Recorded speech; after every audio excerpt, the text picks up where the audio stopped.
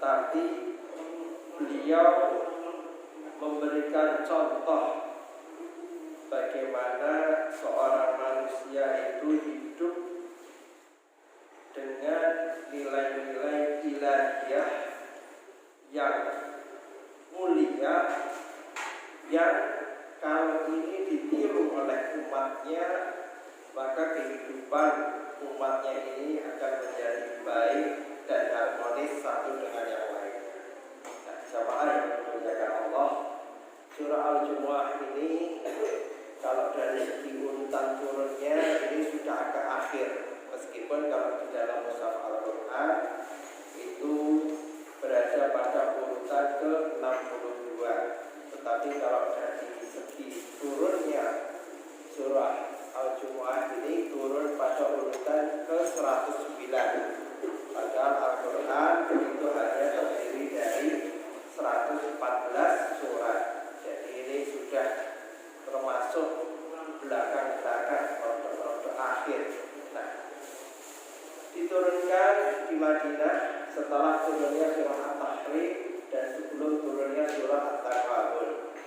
Surah ini menjelaskan bahwa Allah Subhanahu wa taala menurunkan atau mengutus Nabi Muhammad SAW sebagai karunia Allah kepada umat manusia dan mengingatkan agar umat Islam jangan meniru perbuatan kaum Yahudi yang tidak mengamalkan isi kitab sucinya. Dan kemudian surah ini menjelaskan hukum-hukum yang berkenaan dengan pelaksanaan sholat Jumat. Nah, di antara kemudian yang kami kutipkan, karena tidak bisa semua ayat ini kita ulas, maka kemudian kami kutipkan di situ mulai ayat kedua, di mana Allah Subhanahu wa taala berfirman, A'udzubillahi minasyaitonir rajim, huwallazi ba'atsa fil ummiyina rasulan minhum yatlu 'alaihim ayatihi wa yuzakkihim wa yu'allimuhumul kitaba wal hikmah wa in kanu min qablu lafi dhalalin mubin. Yang artinya, dialah yang mengutus seorang rasul, seorang utusan kepada kaum yang buta huruf, kaum yang ummi dari kalangan mereka sendiri, yang membacakan kepada mereka ayat-ayatnya, mensucikan jiwa mereka dan mengajarkan kepada mereka kitab dan hikmah, atau hikmah ini yaitu sunnah, meskipun sebelumnya mereka benar-benar dalam kesesatan yang nyata. Allah Subhanahu wa taala menjelaskan bahwa dari kaum yang ummi, karena ketika itu masyarakat Arab Jahiliyah mayoritas adalah masyarakat yang buta huruf, sangat sedikit yang bisa membaca dan menulis. Dipilihlah dari kalangan orang-orang Arab Jahiliyah ini seorang di antara mereka yang juga beliau ini tidak bisa membaca dan tidak bisa menulis, yang kemudian diutusnya Nabi ini sebagai sebuah anugerah, sebuah pemberian yang besar, karena di tengah-tengah umat yang tersesat semacam itu, yang penggaweane kehidupannya kosong, mereka hidup di tengah kelapaan padang pasir. Kan Nabi Muhammad SAW pertama diutus di tengah-tengah masyarakat kota Makkah, meskipun kemudian dakwahnya tersebar nanti ke berbagai penjuru dunia. Tapi langkah awal dari dakwah beliau ini berada di tengah kota Makkah yang sumber air terbatas, sehingga kemudian pekerjaan masyarakatnya ini adalah berdagang, ya, berburu di padang pasir, ya, hewan-hewan buruan padang pasir, ya, kemudian beternak. Itu saja yang bisa diternakkan hanya unta dan kambing yang tidak begitu banyak untuk meminum air. Makanya tidak aja ceritanya kemudian kok orang Arab Jahiliyah di Mekah ataupun nanti juga di Madinah punya kekayaan berupa sapi. Ya, karena kalau sapi ini harus dikompori, minumnya banyak. Sementara kalau kambing, ya, unta itu relatif lebih tahan, ya, dengan air yang terbatas. Ya, bahkan kalau kambing di Timur Tengah sana itu makan kertas doyan seperti itu. Oke, tidak seperti di kita dipakani rumput gitu ya. Ya, jadi ketemunya kertas-kertas pun doyan. Nah, jemaah yang dirahmati Allah, keadaan yang susah, penghasilan atau sumber pekerjaan juga susah sehingga harus merantau berdagang, ya, ngambil barang dagangan keluar daripada negerinya, ya, ke Yaman, ke Irak, ke Syam, ya, Palestina dan sekitarnya. Ini dalam rangka mencari sumber mata pencaharian, termasuk kemudian bahan-bahan pangan, ya, selain daging dan susu ataupun keju, ini semua didatangkan dari daerah yang jauh. Karena di sekitar Makkah sendiri ini bukan merupakan daerah yang subur pada saat itu. Ya.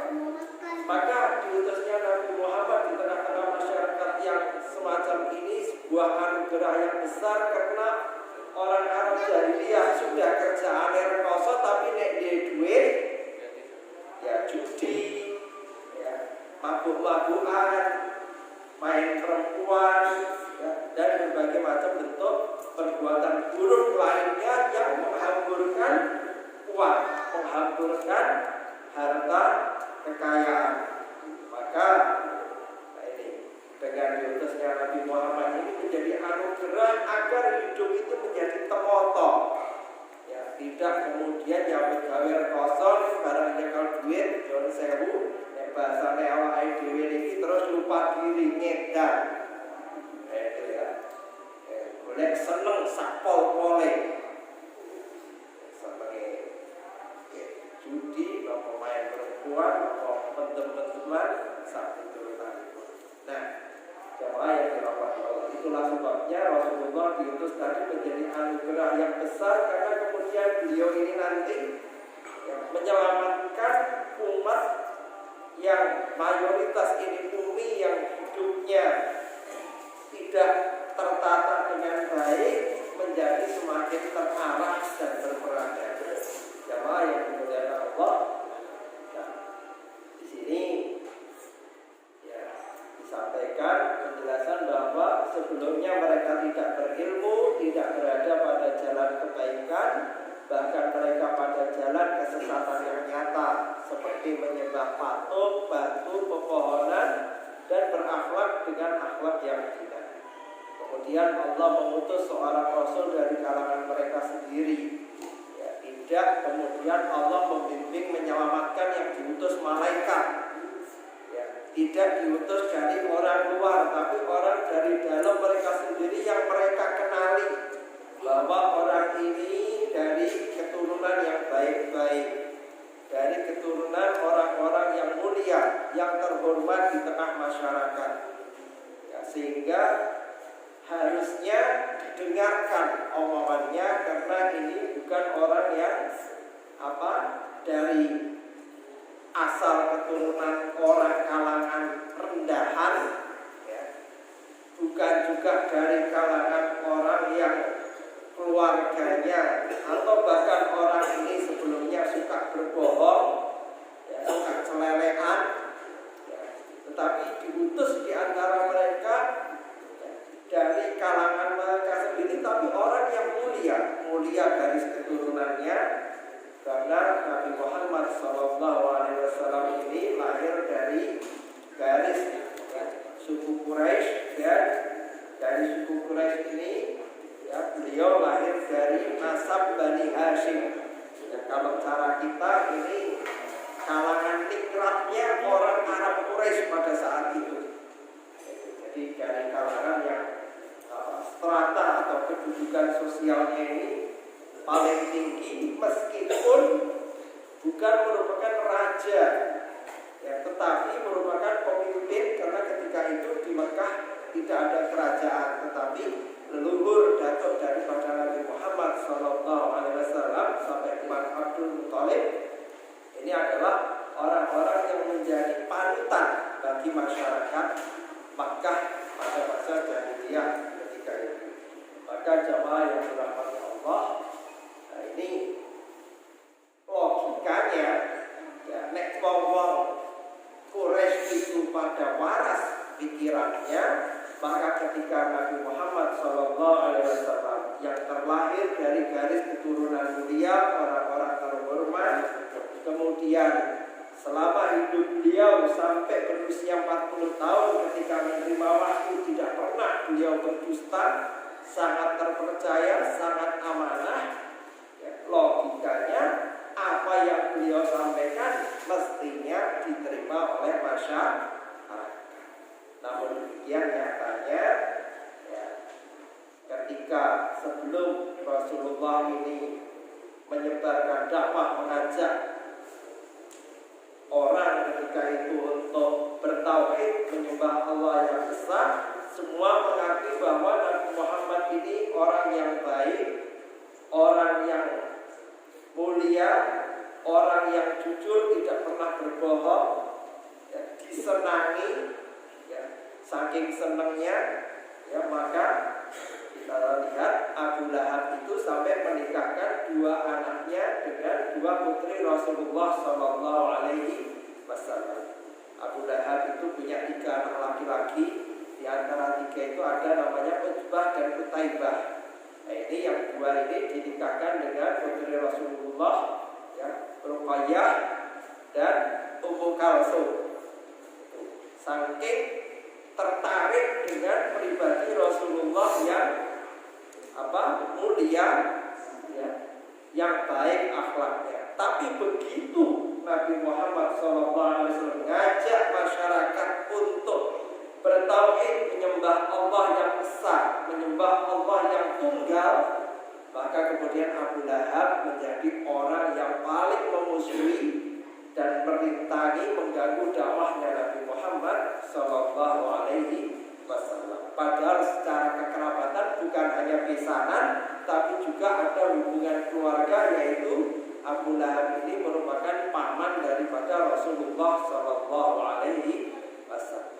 Nah, jemaah yang dimuliakan Allah, ini mengajarkan kepada kita ya hubungan kekerabatan, hubungan darah, keluarga, kemudian juga pergaulan ya, yang selama ini dilakukan ya, sampai kemudian jadi besanan, ternyata tidak menjadi jalan bagi Abu Lahab untuk mendapatkan hidayah masuk Islam, mengikuti Nabi Muhammad SAW. Oleh karena itu alhamdulillah awake dhewe pada umumnya jadi orang Islam gak golek-golek, gak cari-cari, tapi kita dipilihkan Allah lahir dari keturunan orang tua yang muslim, sehingga monggo kalek ngrumat, kalek ngerawat keislaman kita ini. Tidak lagi kita susah payah mencari-cari jalan kehidupan yang benar. Ma'asyiral muslimin, ma'asyiral wa akharina minhum lamma yalhaqu bihim wa huwal azizul hakim. Allah melanjutkan ayat ini tadi, dan juga kepada kaum yang lain dari mereka yang belum berhubungan dengan mereka, dan dialah yang maha perkasa lagi maha bijaksana. Selanjutnya Allah berfirman, dzalika fadlullah yu'ti man yasha' wallahu dzul fadlil 'azim. Demikianlah karunia Allah yang diberikan kepada siapa yang Dia kehendaki, dan Allah memiliki karunia yang besar. Rasulullah tadi diutus oleh Allah dengan tugas pertama membacakan ayat-ayat Allah, membacakan wahyu Allah Al-Quran yang diturunkan kepada beliau. Jadi Rasulullah ini tugasnya hanya menyampaikan, tidak mewajibkan orang yang mendengarkan masuk Islam, tetapi hanya menyampaikan, tabligh. Ini tugas daripada Nabi Muhammad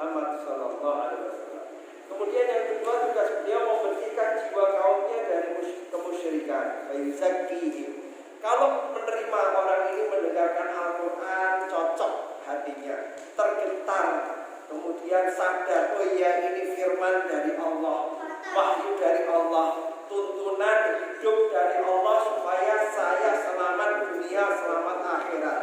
Maka Rasul kemudian bertugas membimbing orang ini agar mensucikan hatinya dari kemusyrikan, dari kekafiran. Dengan apa? Yaitu membimbing untuk masuk Islam, membimbing untuk berikrar, mengucapkan dua kalimat syahadat. Setelah itu kemudian tugas daripada Rasulullah SAW, ya, wa yu'allimul kitab, dan mengajarkan kepada mereka Alkitab, yaitu Al-Quran, mengajarkan perintah-perintah Allah, ya, yang ada di dalam Al-Quran, apa yang harus dikerjakan, apa yang harus dijauhi, apa yang sebaiknya, ya, dilakukan agar hidup ini semakin baik, ya, agar hidup ini memberikan manfaat bagi sesama. Nah, termasuk itu adalah mengajarkan akhlak, bagaimana memperbaiki kualitas hidup kita dengan akhlak, ya, kita bergaul satu dengan yang lain ini, ya, rukun, harmonis, ya, ada kemaslahatan, ada kebaikan. Nah, kemudian tugas Rasul, ya, wal hikmah, mengajarkan hikmah. Ya, mengajarkan hikmah ini, ya, difahami atau sebagian mufassirin menjelaskan hikmah di sini adalah sunnah. Sunnah dari Rasulullah SAW. Nah, diutusnya pada ayat yang ketiga, wa'afarna minhum lama yarhamu bihim, ini menegaskan bahwa diutusnya Nabi Muhammad SAW ini tidak hanya untuk masyarakat yang ummi tadi, tidak hanya kepada masyarakat Makkah yang buta huruf ini tadi, melainkan, ya, wa'afaruna lama yarhamu bihim, juga kepada orang-orang lain, kaum yang lain yang, ya, mereka tidak bertemu dengan Nabi Muhammad SAW, tidak berjumpa, tidak berjumpa karena tempatnya berbeda, tidak berjumpa karena masanya berbeda, zamannya berbeda. Nah, berarti kita ini termasuk ini tadi. Nah, ini menunjukkan bahwa sasaran orang yang dibimbing oleh Rasulullah SAW tidak hanya orang Quraisy, orang Arab Quraisy pada zaman itu, tetapi juga orang-orang lain yang sezaman maupun yang setelahnya, baik mereka ini bertemu dengan Nabi Muhammad maupun mereka tidak bertemu dengan Nabi Muhammad SAW. Dan di sini Allah Subhanahu wa Ta'ala mengingatkan bahwa, ya, Allah punya hak, ya, Allah punya hak untuk memberikan hidayah kepada siapapun yang Dia kehendaki. Maka orang-orang yang menerima hidayah, meyakini, lalu kemudian masuk Islam, maka dia ini orang yang mendapatkan karunia yang besar dari Allah Subhanahu wa Ta'ala. Nabi Muhammad hanya sekedar tabligh, hanya sekedar menyampaikan. Allah lah yang mengetuk dan menyebabkan pintu hati manusia ini tadi terbuka, mau menerima hidayah maupun ada yang tidak. Ya, kita bisa lihat, ya, bagaimana misalnya tadi Abu Lahab berulang kali, ya, dilobi oleh Rasulullah, ya, diajak untuk masuk Islam, tetapi menolak. Tapi di sisi lain ada Umar bin Khattab yang menjadi sababiyah beliau masuk Islam adalah apa? Karena dibacakan ayat-ayat Al-Quran di rumah adiknya Fatimah binti Khattab, dan kemudian minta diantar ke rumahnya Arqam ya, untuk menemui Nabi yang berikrar mengucapkan 2 kalimat syahadat di hadapan Rasulullah Sallallahu Alaihi Wasallam. Jadi inilah contoh orang yang hubungan awalnya dengan Rasulullah ya, tidak sedekat ya, dengan misalnya Abu Lahab tadi. Kalau Abu Lahab hubungan famili, hubungan pesanan ya, terus berulang kali Nabi mendatangi untuk mengajak masuk Islam, tetapi memusuhi. Tapi kalau Umar bin Khattab, Nabi hanya berdoa. Umar bin Khattab ini orang yang perkasa, termasuk orang yang banyak memusuhi sebelum mendapatkan hidayah, memusuhi Nabi ya, tapi belum pernah bentrok langsung dengan Muhammad begitu. Nah, tapi justru mendengar adiknya masuk Islam itu tadi. Tapi itulah hidayah dari Allah Subhanahu wa taala. Dari tadi maka ini tidak ada nikmat yang lebih besar daripada nikmat agama yang menyebabkan seseorang ini terlepas dari kemusyrikan, terlepas dari penghambaan atau penyembahan terhadap makhluk. Karena kalau yang namanya orang menyekutukan Allah, melakukan kemusyrikan, itu dia pada hakikatnya menyembah makhluk. Maka ketika seseorang ini masuk Islam ya, maka dia selamat dari penghambaan, dari penyembahan terhadap makhluk, dan dia lurus hanya menyembah Allah Subhanahu wa taala. Inilah karunia yang besar, karunia agama. Karena apa? Menyelamatkan manusia dari menghinakan dirinya sendiri, menyembah kepada sesama makhluk. Setelah menegaskan ini, Allah mengingatkan agar kaum muslimin ini jangan seperti orang-orang Bani Israel, orang-orang Yahudi. Mathalul ladzina humilut Taurat tsumma lam yahmiluha kamathalil himari yahmilu asfara. Orang-orang Islam ini jangan seperti orang Yahudi meniru mereka yang diberi oleh Allah ini kitab Taurat ya, tetapi hanya membawa kitab Taurat itu seperti keledai yang membawa buku. Artinya mengaku ya, atau mengaku bahwa punya kitab suci tapi tidak dipelajari, tidak dijadikan petunjuk. Nah, ini mengingatkan kita sebagai umatnya Nabi Muhammad SAW bahwa Al-Quran ini bukan hanya sekedar di rumah kita pacaran, bukan hanya sekedar kalau nikah ini dijadikan mahar ya, menikah dengan mahar 1 buah mushaf Al-Quran dan seperangkat alat sholat. Bukan hanya seperti jadi simbol-simbol seperti itu, tetapi yang dibaca dan diamalkan isinya sebagai petunjuk hidup. Kalau hanya sekedar di rumahnya ada Al-Quran tapi tidak pernah dibuka, tidak pernah dibaca, apalagi dipelajari, ya seperti orang Bani Israel ya, yang tadi ya tidak mengamalkan kitab suci mereka Taurat tadi, yang tidak ada bedanya dengan keledai yang di atas punggungnya membawa kitab-kitab ya. Tidak ada manfaat daripada kitab-kitab itu terhadap keledai ini tadi. Nah, jamaah yang dirahmati Allah, kemudian Allah Subhanahu wa taala mengingatkan ini yang menjadi tuntunan kita terkait dengan ibadah kita.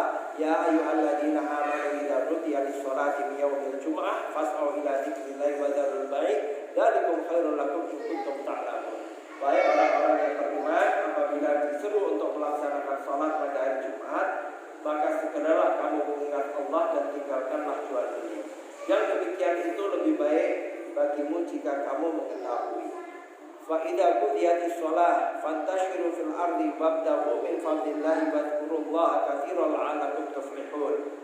Ya, apabila salat telah dilaksanakan maka bertebaranlah kamu di bumi, carilah karunia Allah dan ingatlah Allah banyak-banyak agar kamu beruntung. Dan jamaah yang dirahmati Allah, berbeda dengan orang Yahudi Bani Israel, mereka orang Yahudi ini dulu dalam perintah kitab suci mereka Taurat itu hari Sabtu tidak boleh kerja sama sekali, hanya khusus untuk zikir, mengingat Allah, ya, berdoa dan kemudian beribadah kepada Allah. Nah, kita kaum muslimin ini diberi kemurahan oleh Allah Subhanahu wa taala dengan ajaran Islam ini, bahwa hari Jumat kita boleh urus dunia, tapi kalau sudah datang panggilan untuk sholat Jumat, maka tinggalkanlah urusan dunia.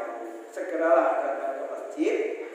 Kalau sudah azan, segeralah datang ke masjid untuk kemudian apa?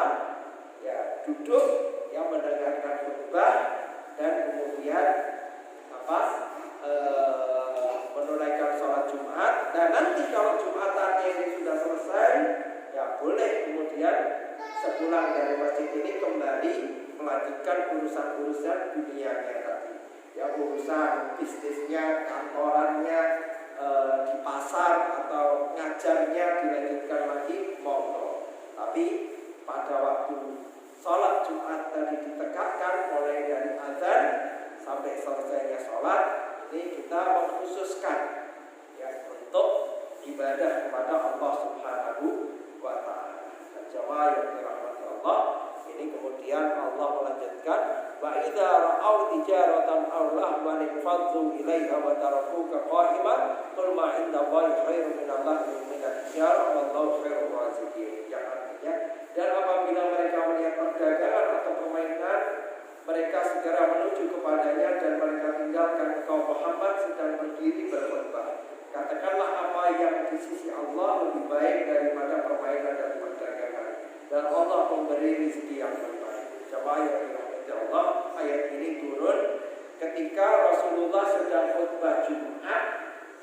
Nah, tahu-tahu pada jam Rasulullah lagi khutbah ini ada rombongan kafilah dagang, rombongan unta yang membawa dagangan dari luar kota datang ke Madinah. Maka kemudian ketika itu jamaah yang lagi berada di masjid mendengarkan khutbah Rasulullah menoleh ke belakang, lalu ada yang keluar meninggalkan masjid. Kalau dalam riwayat Ibnu Abbas, ya, di dalam kitab Sahih Bukhari itu disampaikan bahwa tinggal hanya beberapa belas orang yang tetap berada di masjid mendengarkan khutbahnya Rasulullah Sallallahu Alaihi Wasallam. Yang lain ini tadi ambiar, ya, meninggalkan Rasulullah yang lagi berkhutbah ini. Kenapa? Khawatir kalau tidak dapat kulaan barang-barang yang terbaru yang datang apa dibawa oleh kafilah, ya, yang tadi baru sampai di Madinah. Boten slontok menteni khutbah lan salat Jumat bersama Rasul karena khawatir kedisian sing liyane. Nah, maka ini ayat ini kemudian menjadi teguran bagi kaum muslimin ketika itu. Jadi di zaman Nabi ini ternyata, ya, sahabat hidup bersama Nabi tapi ada yang kurang disiplin. Ya, kita juga ingat, ya, peristiwa perang Uhud, ya, ada yang kurang disiplin, ya, disuruh bertahan di atas bukit, ya, melihat pasukan musuh sudah mundur meninggalkan apa itu, ya, ada pedang yang pakai permata, ya, dan lain sebagainya, harta-harta tinggalan. Ini akhirnya mereka tidak jaga, dan 50 pemanah yang di atas bukit itu turun, tinggal 2 orang yang di atas, sehingga pasukan kaum muslimin tidak terlindungi, lalu kemudian musuh menyerang balik. Ini carane sepak bola apa nih jenenge? Serangan balik, ya. Oke, serangan balik. Nah, ini. Nah, jadi dulu di zaman sahabat ternyata ada apa? Rasa takut tidak kebagian hal-hal yang sifatnya duniawi, ya. Hampir serupa dengan di kita. Hanya kemudian karena sahabat ini kemudian di tengah mereka ada Rasulullah yang mendapatkan wahyu, lalu kemudian wahyu turun menjadi teguran kepada mereka, maka kemudian akhirnya mereka kembali ke jalan yang benar. Nah sekarang wahyu sudah tidak turun lagi, sudah rampung, Al-Quran ini sudah tidak ada turun ayat yang baru lagi, maka kemudian dari apa yang sudah ada ini kita pelajari, kita gali isinya untuk menjadi pengingat kita agar kemudian kita jangan melakukan hal-hal yang menyimpang, hal-hal yang menyeleweng dari rel kebenaran. Ya, jamaah yang dirahmati Allah, maka ini menjadi pengingat terutama untuk yang bapak-bapak, ya hendaknya kemudian kita kalau sudah jam 11 ibaratnya itu sudah lampu kuning, karena kan saat tertentu itu azan zuhur itu kan jam setengah 12, jam 11 itu lampu kuning untuk menghentikan kegiatan yang duniawi, ganti channel, ya ganti saluran gelombangnya, ya yaitu untuk mempersiapkan diri menghadiri sholat Jumat. Ada hubungan sebenarnya ayat yang terakhir ini dengan tadi, yang mana dengan orang Yahudi tadi yang humilut Taurat. Ya, kalau di dalam kitab tafsir dijelaskan bahwa kalau ada umatnya Nabi Muhammad mendengarkan azan panggilan Jumat, kok tidak gageh-gageh meninggalkan urusan duniawinya. Nah ini sama dengan orang Bani Israel yang bagaikan keledai tadi, ya di atas pundaknya atau di atas punggungnya ini membawa kitab, ya kitab-kitab, tetapi tidak mengambil pelajaran dari. Maka kita sebagai seorang muslim, Al-Quran sudah mengingatkan, monggo sami'na wa ata'na, ya kita atur, terutama bagi yang kagungan ini diatur irama kegiatannya agar kemudian sebelum ada Jumat itu segala urusan dunia kita sudah selesai, bisa segera menunaikan sholat Jumat. Kemudian bisa diambil hikmah dan pelajaran. Mohon maaf